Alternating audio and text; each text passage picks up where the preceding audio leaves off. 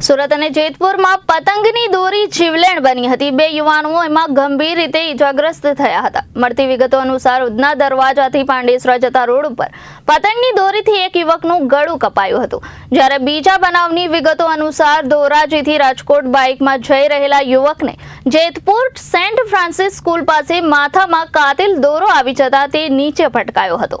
ઉત્તરાયણના તહેવારને હવે ગણતરીના દિવસો બાકી છે, ત્યારે સુરત અને જેતપુરમાં પતંગની દોરી ફરી જીવલેણ બની છે અને બે યુવાનો ગંભીર રીતે ઈજાગ્રસ્ત થયા હતા।